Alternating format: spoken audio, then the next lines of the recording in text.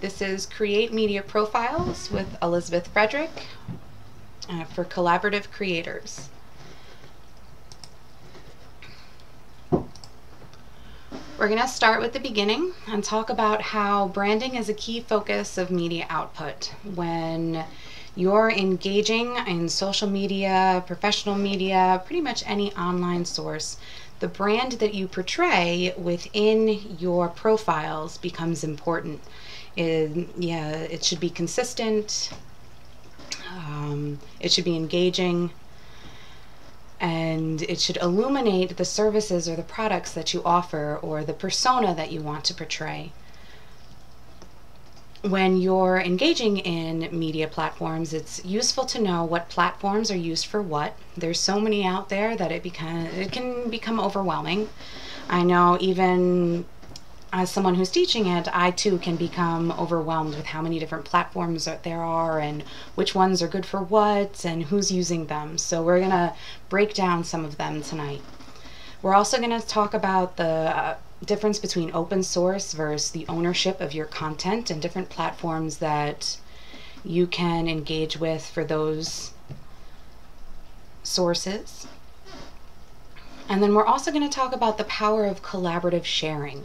Truly, what we all desire is for people to share our content or our media.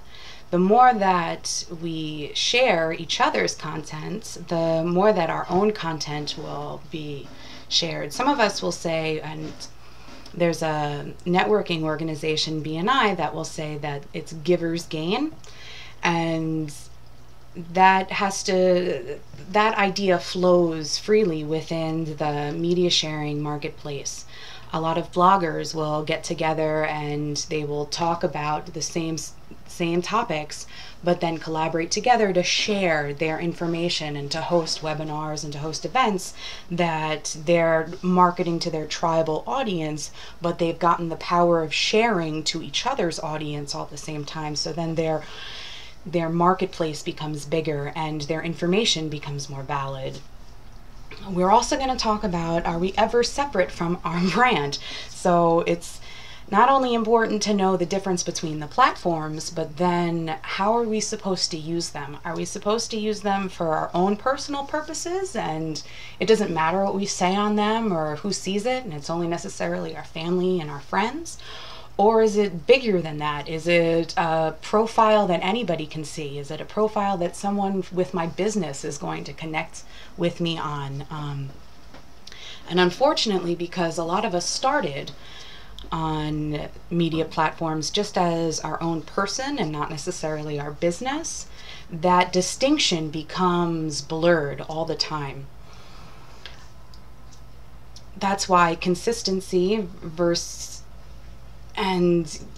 unique personal engagement is important. Do you want to have the same message all the time and it's not free flowing, or are you going to try and curtail each message that you have to one unique person, which can become very time consuming for a lot of businesses? So that's where engagement platforms become important, and we're actually going to host an event discussing engagement platforms next week, so make sure to tap in for that.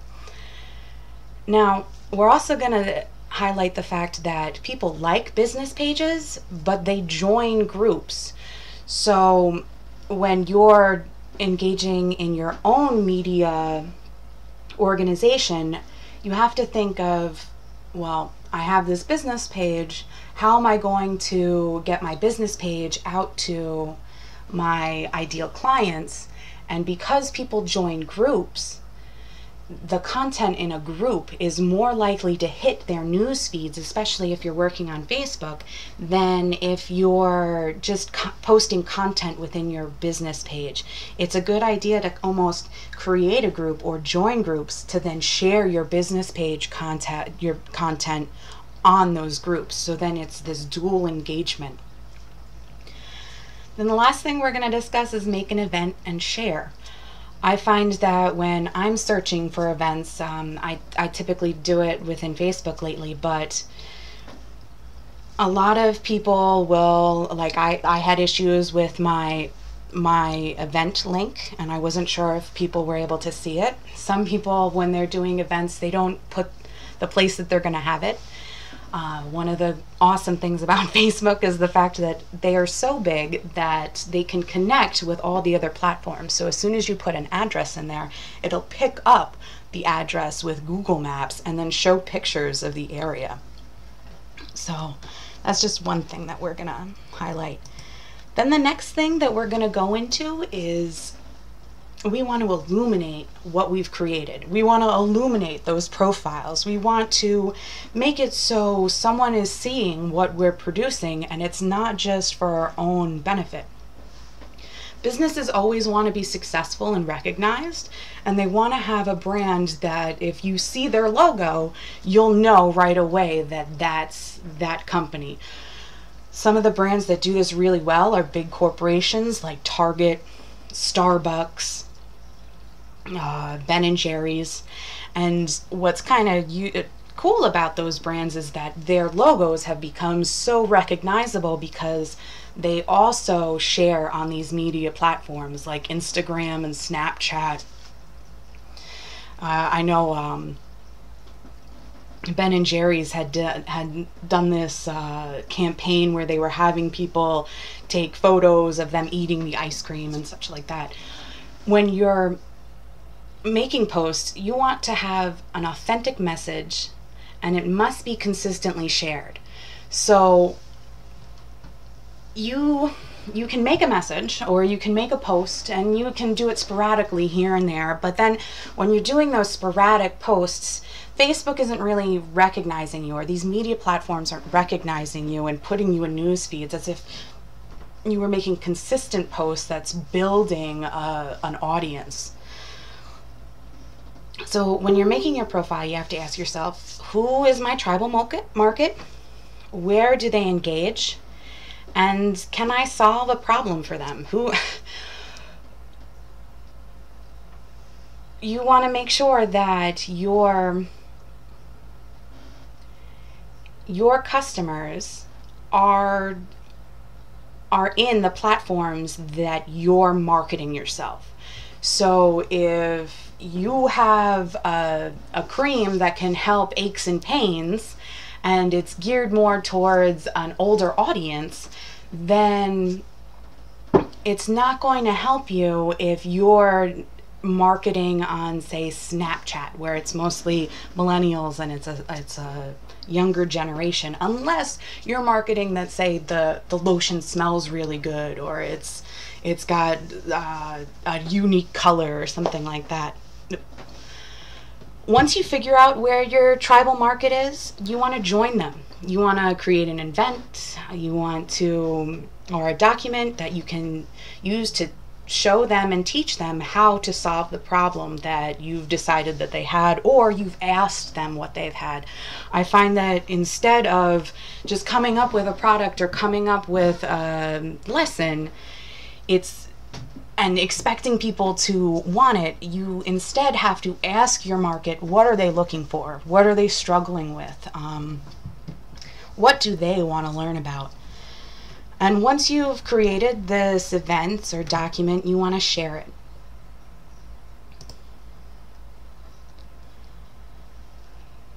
There are many pieces that make up your personal brand or your business brand. These unique entities are not just, all right, I've got a business name, I've got a logo, I've got my own name, I've got likes and things that I don't like.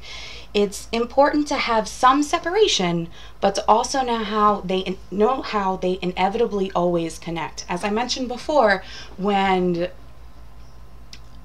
media platforms started, a lot of people were just doing it for their own personal page. I know in 2003, when I first signed up for Facebook, it was for my own personal profile. It had nothing to do with business. It connected with me with some college friends, and I got to see who was doing what at what party. But at the end of the day, a lot of people didn't necessarily think of the long-term consequences of what their profiles would would generate for them. And I know that some people have had issues with jobs and pictures, but now I believe that most people are aware that anything that you do on Facebook, your employer is pretty much going to be able to see.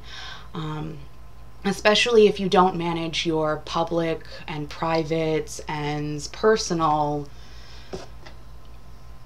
status updates to each post. A personal brand, as we've discussed, is you, and a business brand is an entity that includes you but should potentially operate without you.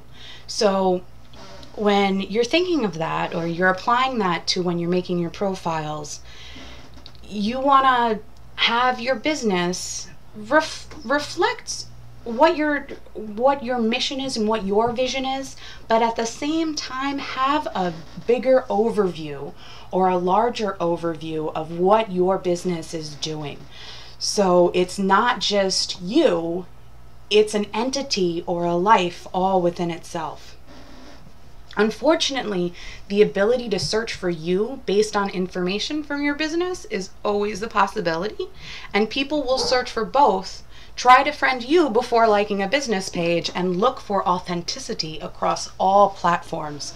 So another unique thing, or not unique, but rather technical issue with Facebook and a lot of these media platforms is that the profile that you use to post and engage with the most is the one that people are going to find first when they search for you.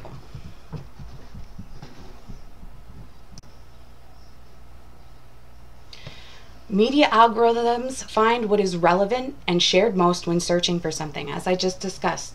So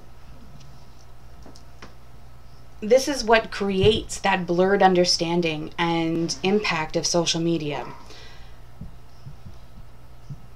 To better differentiate personal from business, start using your personal account consistently and more often. So if you're having a hard time with people liking your business page or your business content, then I would start engaging on your business page more often. If you have a personal page and then like a public persona page, but everybody always comes and wants to friend you through your personal page as opposed to your public persona page, which is something that instead of friending, they like. The same thing with the business. Instead of friending, they like. You want to start engaging in that business post more. You want to engage in your public persona page more.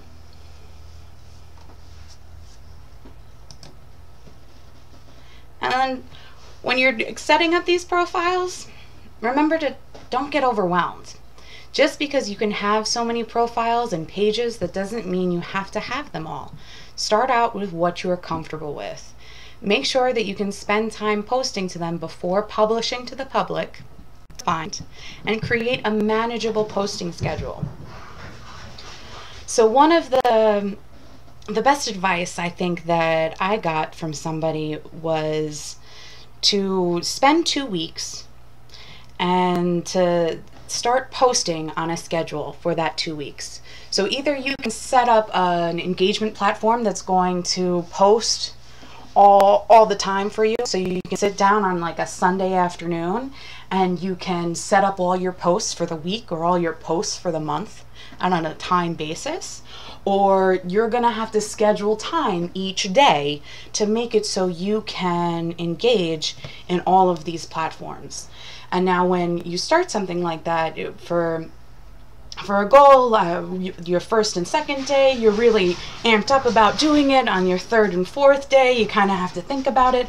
By your fifth, sixth, seventh day, if you're not really trying to create it as a routine, you're not going to do it. So that's where that 2-week time limit really makes it so you're posting enough content to know that this is something that you're going to do all the time, and it's a platform that's useful for you.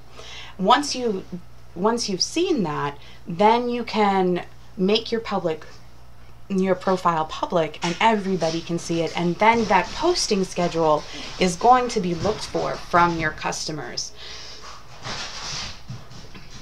since there's so many platforms for you to engage with, that's why it's good to spend time with your tribe. It's good to play around with each platform almost to see where they're going to benefit you the most.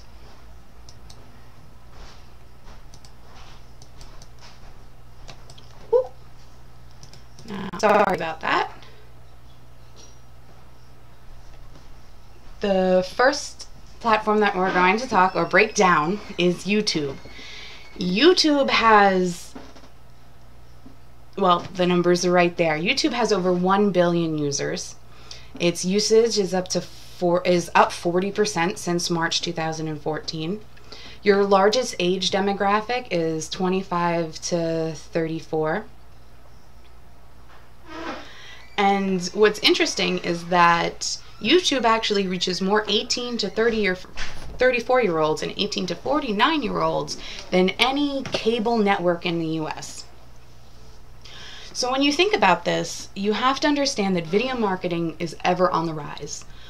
What was once read is now watched. The expectation of video production is not the same expectation as TV, thank goodness, hence my technical difficulties earlier. If we were just a TV station, I think you would have turned me off a long time ago. Google disbanded Hangouts and now uses YouTube to host video content and conferences. So this is making it a collaborative industry monster and the second largest search engine available. It is easy to host content on YouTube and share it on almost any platform. So once it's recorded or once you're using it, you can then share it to Facebook, you can share it to Twitter, you can share it to Pinterest, you can do a lot of it, and really you can use it to host a lot of your material and then share it on your web page. So instead of engaging on all of these social media platforms so much, you really want to host your own web page that can hold all of your content, and people then, when they're in those social media platforms and those news feeds, when they're clicking on your stuff, they're then clicking onto your web page that hopefully you can make money off of.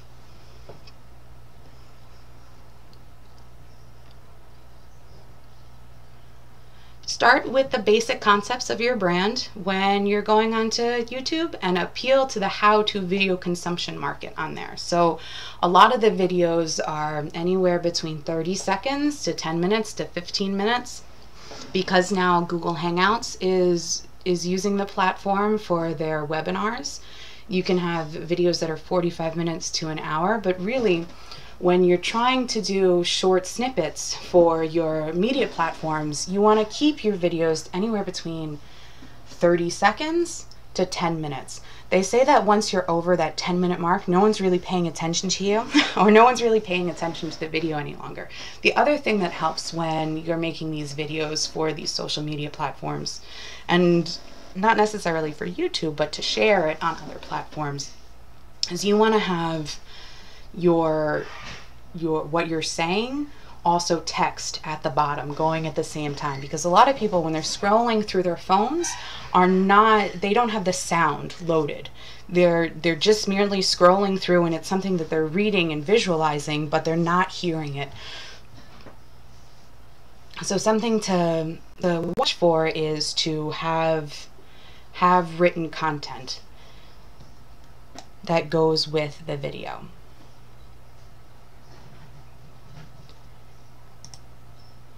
Now,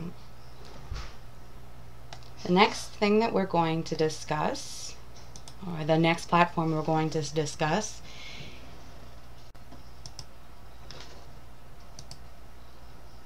is Facebook. Facebook is, again, more than 1 billion people use Facebook. It's not only within the United States, it's a global platform, just like YouTube is a global platform.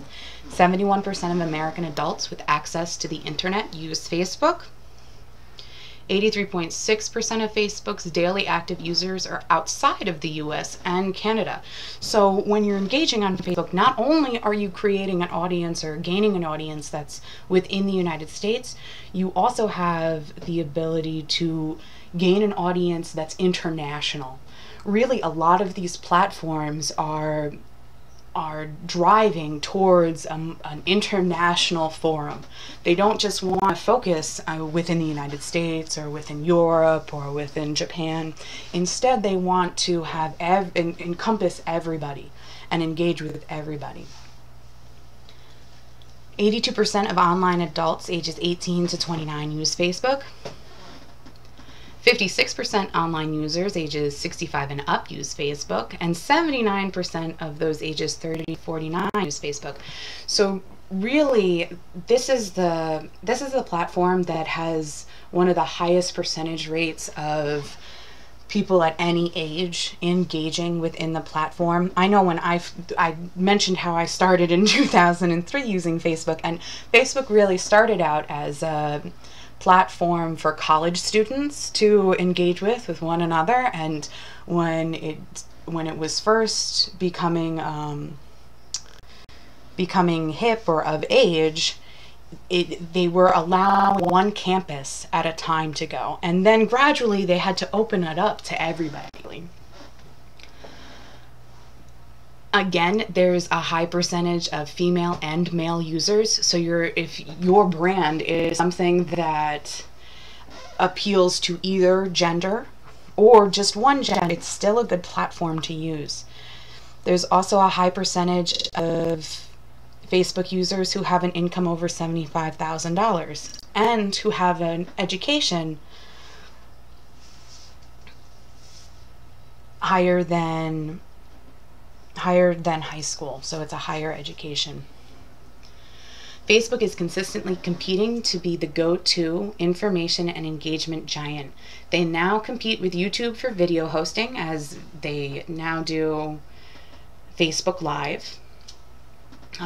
They added business pages, they added e-commerce buttons, they added reviews like Yelp. They do cheap advertising. I know that you can boost posts for $3 or $20.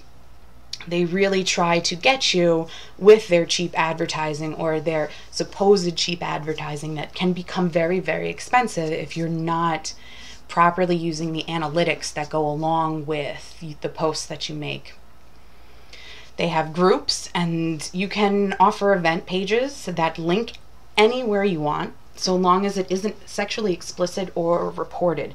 One of the things that caught my eye a couple months ago is when Bernie Sanders was high in the election rate.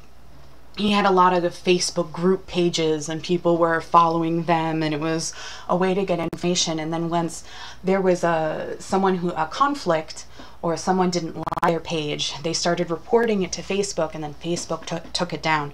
So something that you should keep in mind when you're creating these groups or you're creating these business pages is to look into the settings and see who can post on your page, what they can post, what they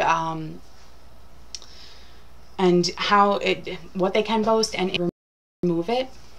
Also, be mindful that if you create a group and Facebook deems that it's not appropriate, it can be taken down, and all of the information on it you won't get back. The same thing with your Facebook profiles. If you have something explicit on there and someone reports it, or it's deemed as a scam, then you can have a very difficult time gaining your profile back. And even if you gain your profile back, then you can not have information that you once had on there before. The next platform we're going to discuss is Twitter.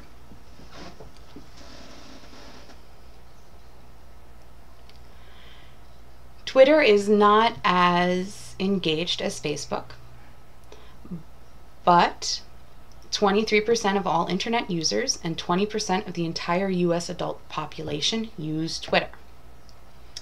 50% of users visit or shop at the website of a small or medium business they follow. And 60% of users bought something because of something they saw on Twitter.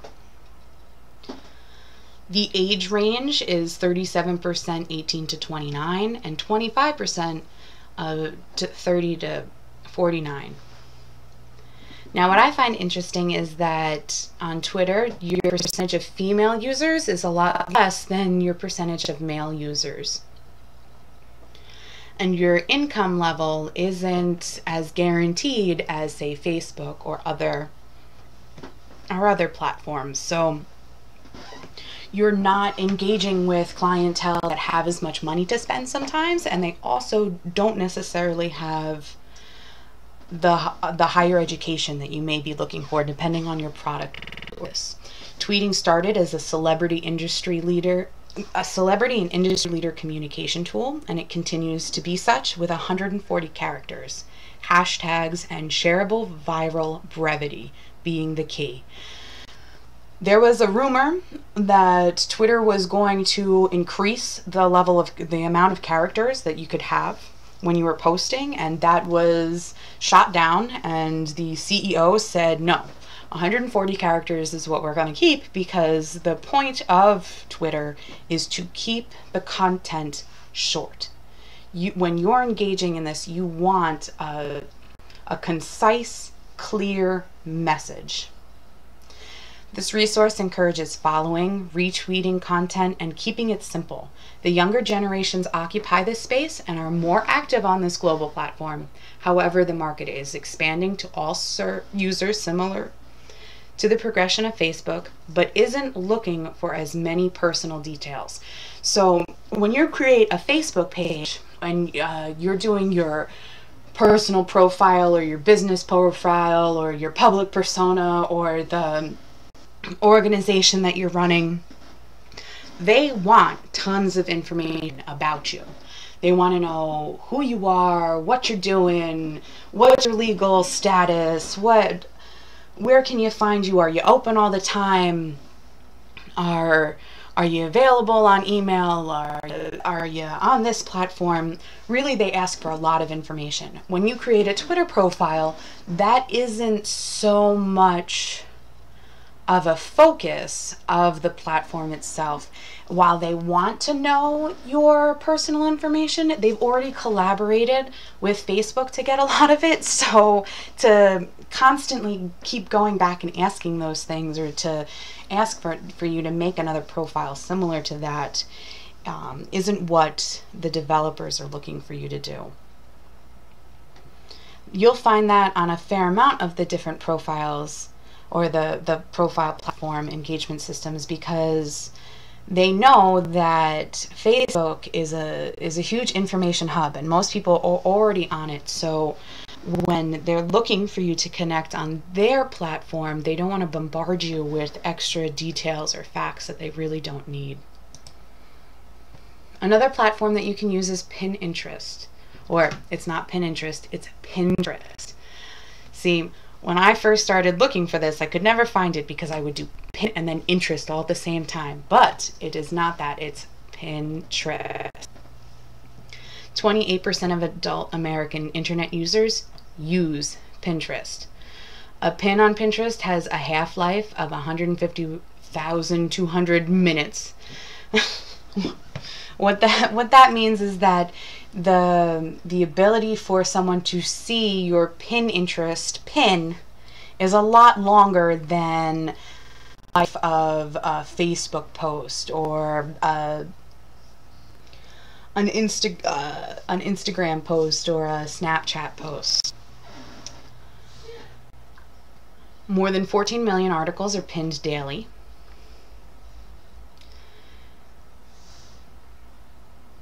People who use Pinterest are also likely to use other social networking sites.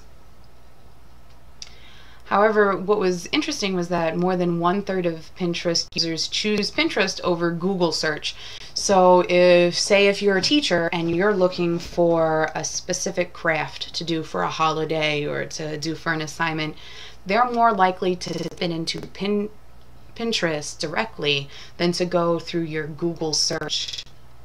So that's where Pinterest is a good place to host a lot of your content, especially if you're able to give a product demonstration or to write a blog article about what you're doing. Female users are a higher percentage at 42%, and males are only about 13%. So there's other platforms if you want a male a percentage or a male client. Female clients are definitely going to be found on Pinterest more easily. And again, when people are engaged in Pinterest, the amount of users who are going to purchase something is higher than on other platforms. You have 34% of users with incomes over 75,000 and 64% with incomes over 50,000. So when you're talking to this market, then you know that you're talking to people who have money to spend on products or on services. You use it to pin products, you do detail uses and demos. They're motivated buyers.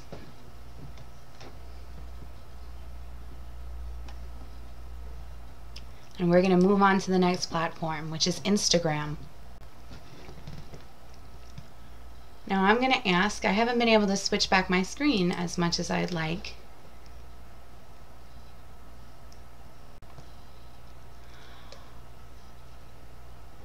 Oh.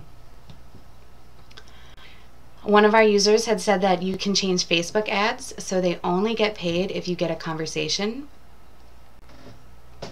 Suddenly they're motivated to get you high converted traffic.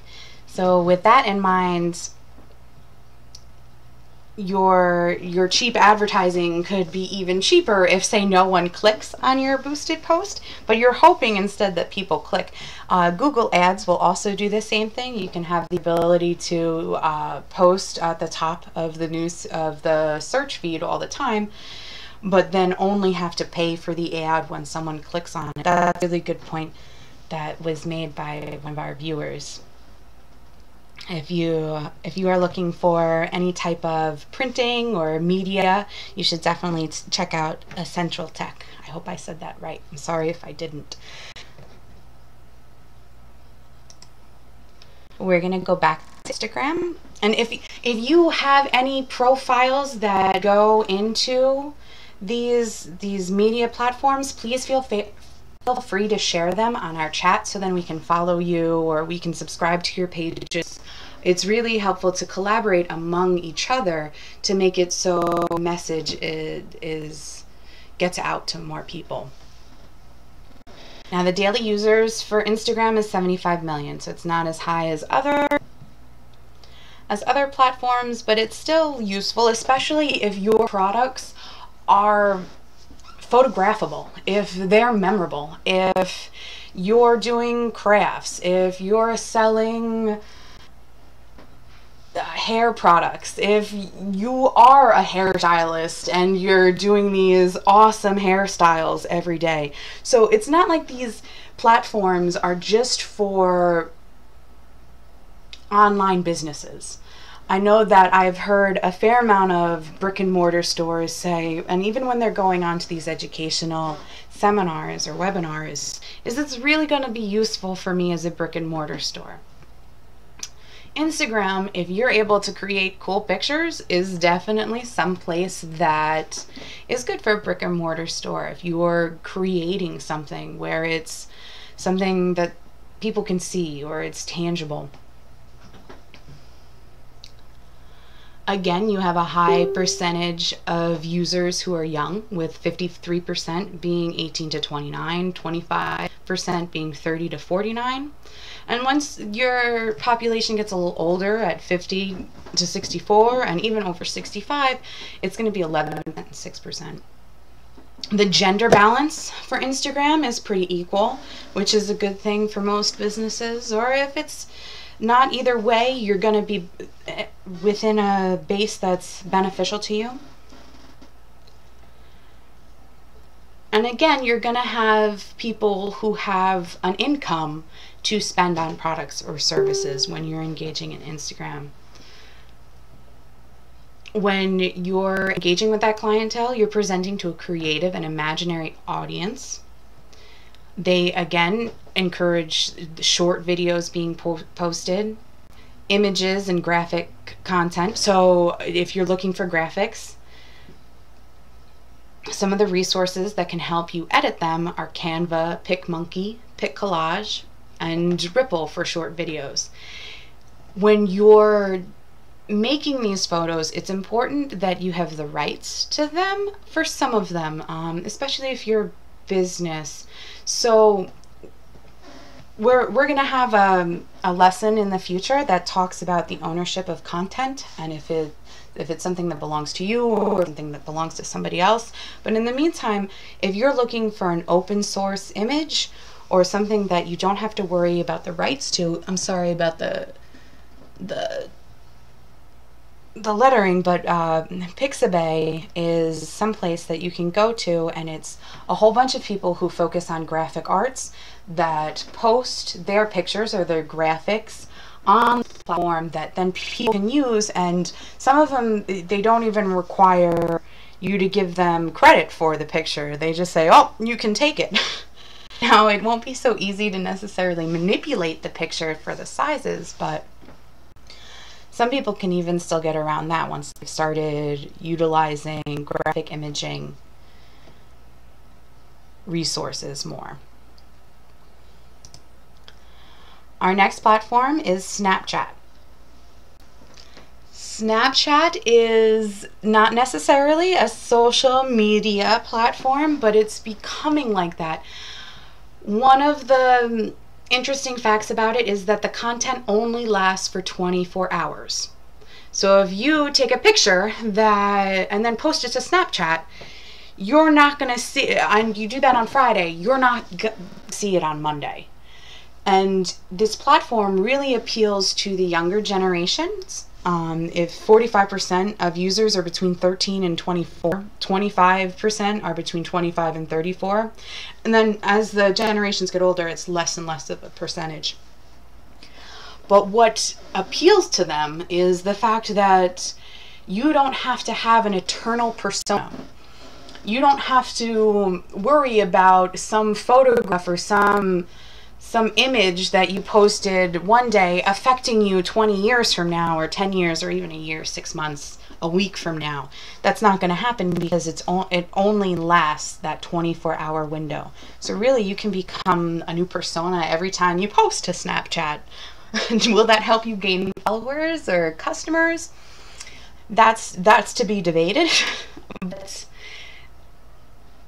you can offer unique snippet advice. So say you have a community of people that follow you and you only want to share something with that community of followers, and you really don't want them to have this open window to save it and share it, and it's going to get out all over the place. If you want to have that really teeny window and that limited ability to share it, Snapchat is somewhere where you can share that information, and then you know that it's going to be deleted and you don't really have to do anything to delete.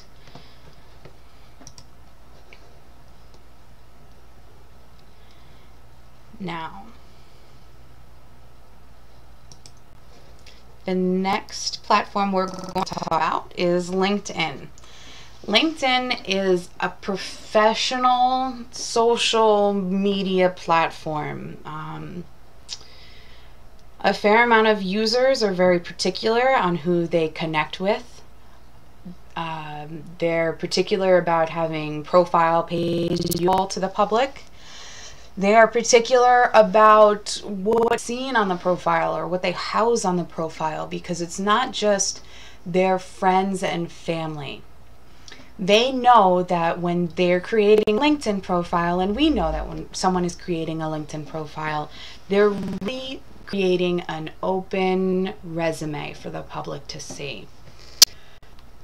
When you're creating your LinkedIn profile, that's your personal persona that's gonna follow you regardless of the company that you're in. And it's gonna list what companies you were in. And as you go along, people are going to vouch for your, or the word that they use is endorse, the services or products that you offer or you know. And within this marketplace, you know that there's pretty much an even disbursement of female and male users. You're going to be viewed more by an older audience. So as opposed to Snapchat, where it was a higher percentage of 13 to 24-year-olds, in LinkedIn, the higher percentage is among 50 to 64-year-olds and 30 and 49-year-olds. So people who are already in business. Many brand CEOs become industry thought leaders, posting about industry news, giving a unique voice to the trends that appeal to specific audience in their field, and customers. Most leaders host their content on website blogs and then share to LinkedIn. So again, as I talked about earlier, setting up your own website to host your material and then sharing it on social media. In LinkedIn, a lot of the users are fluid at that. They're not spending time writing paragraphs upon paragraphs of information on a post. Instead, they're writing a sentence or two about an article that they then share from their blog or from their website.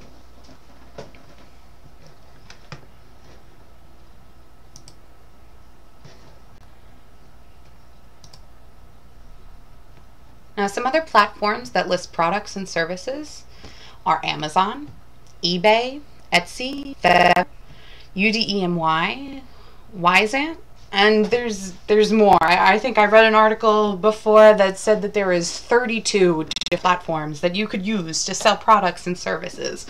But at the moment, I think that these are some of the bigger ones, especially Amazon, eBay, Etsy, for tangible goods.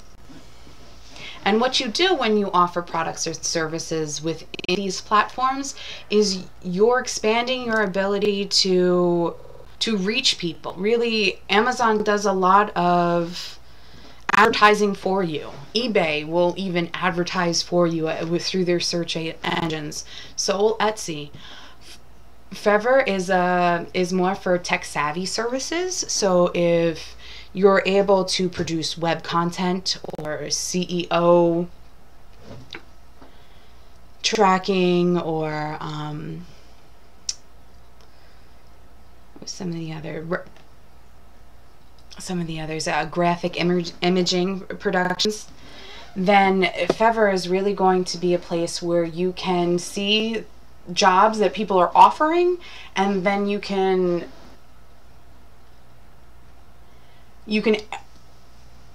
bid for their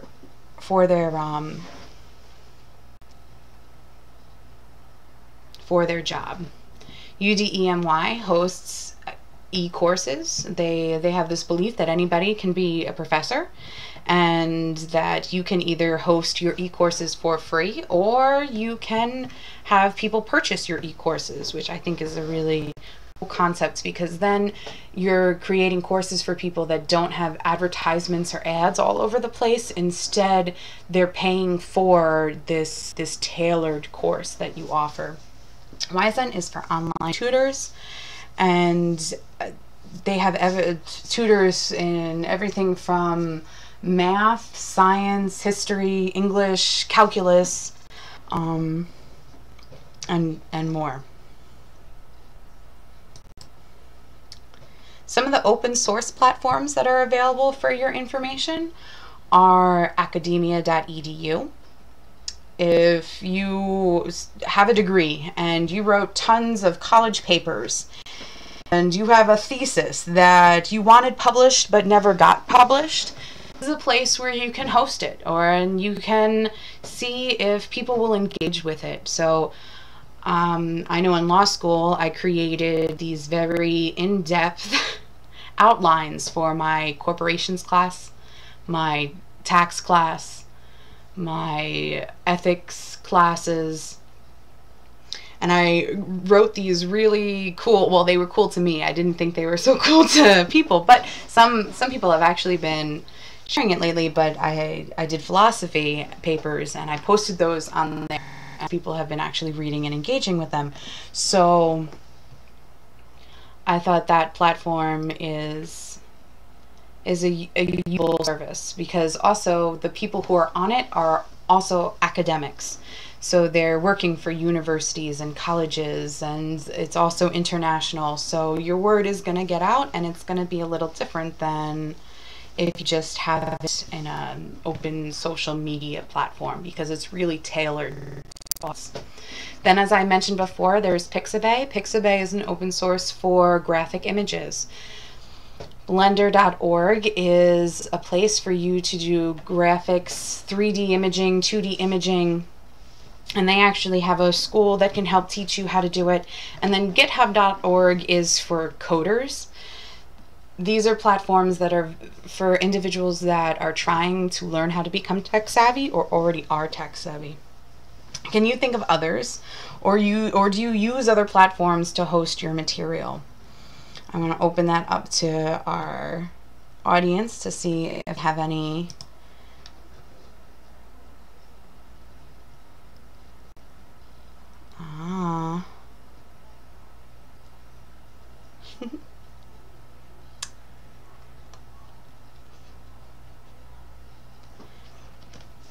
Another open source is WordPress. Electrotech is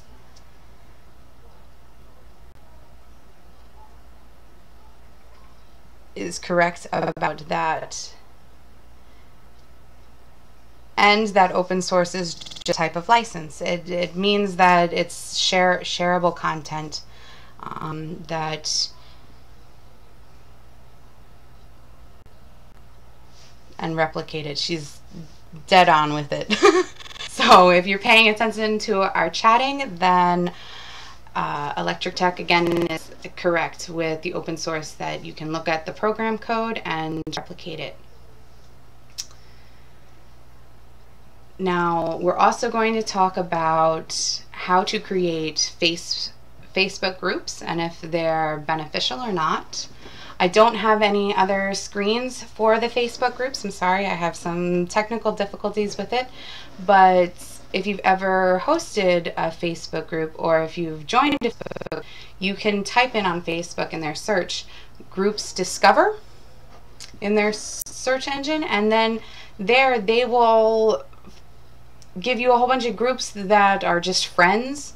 If they're local groups, if you can buy some of them, if food. Some of the ways that I like to find groups is to type in my area. So I'll go Hudson Valley because that's where I am. And then a whole list of them will come up. So ones that people are most engaged with, or if they have a higher percentage of users, then that's where Facebook is going to send me.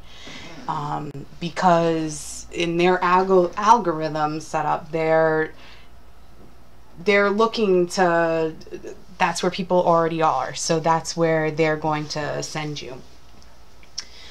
You have the option of creating your own group to kind of house your tribe, or you can just join other people's groups. So something that I like to do is join other people's groups, and then I make sure that I read all of their rules and regulations, and depending on their rules and regulations, I then post accordingly.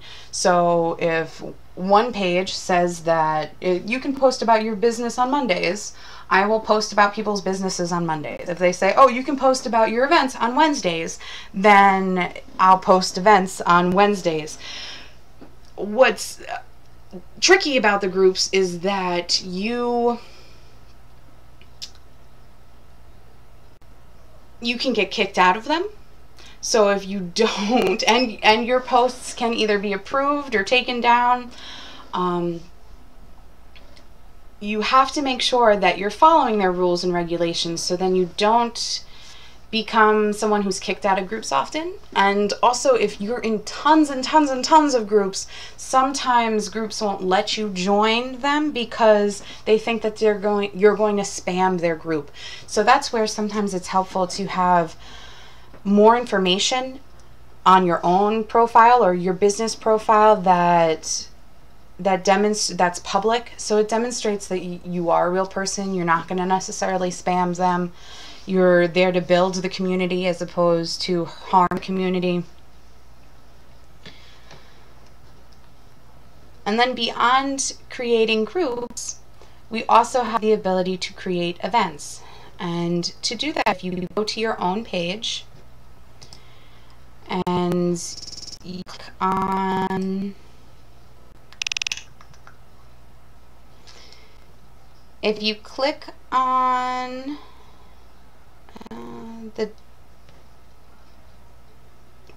if you click on the down arrow, you have the ability to create different pages, manage pages, create groups, add new groups.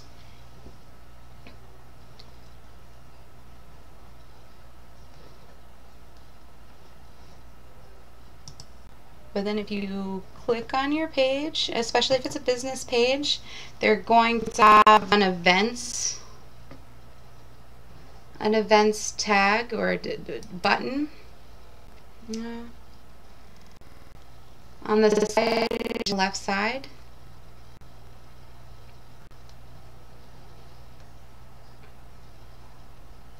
And right at the top, it'll be a blue button that has that says create event. If you click that, the create event.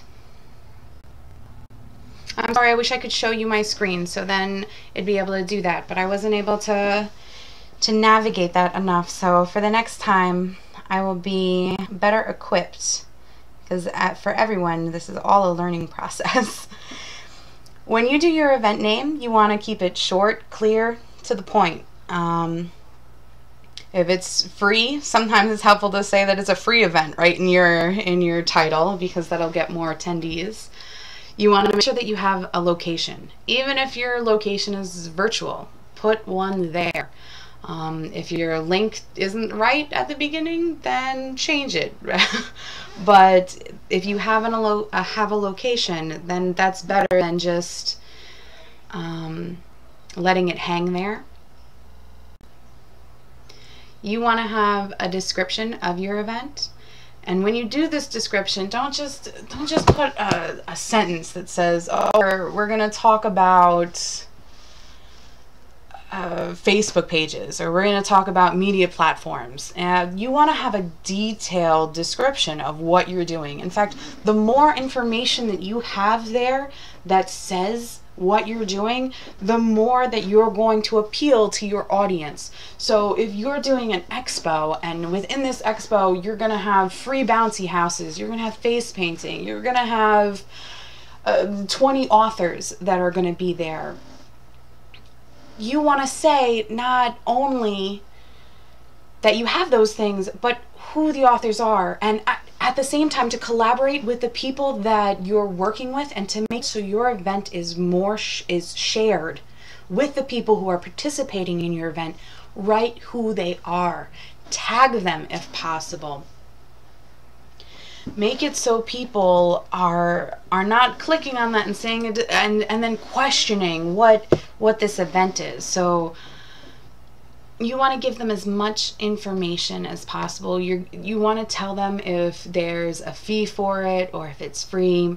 If it's something that they're buying tickets for, you can put the ticket link if it's your own website, or if it's through meetups, or if it's through a specific site, but you want to make it so the link that you use will take you to your direct purchase page.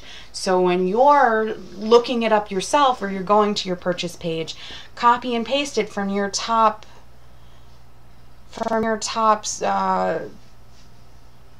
search, or from your top where it says https://www.da-da-da-da-da. You want to take that link and then post it within that ticket place. So then people, if they're going to meetups, that's where you can purchase. They can purchase the tickets. They're not just then sent to the meetup page, and then they have to go and find you. Or I think I went to one event where they were using this Fit website, and they just had the Fit website, and they didn't have their direct link. I don't think I was able to find their purchasing tickets by the time I was done looking. If you have co-hosts or people who are working with you, that's underneath the ticket URL. It says co-hosts. Put your friends, put the people who you know are going, put the people that you know are sponsoring the event. Make it so they're tagged, because once they're tagged, then this event is shared on their newsfeed too, besides your own. So that's a way to boost your event for free. The same thing with when you're posting in groups. Part of the reason why I suggested joining groups is to make it so you have the ability to boost or post your stuff in platforms beyond just your own newsfeed, because then it's getting to a bigger audience. So then you're collecting more likes, you're collecting more people who are looking for your material, because you've engaged now in this very tailored, unique community that should be your tribal audience. They should be your customers. They should be people who are going to look for what you're offering. Now,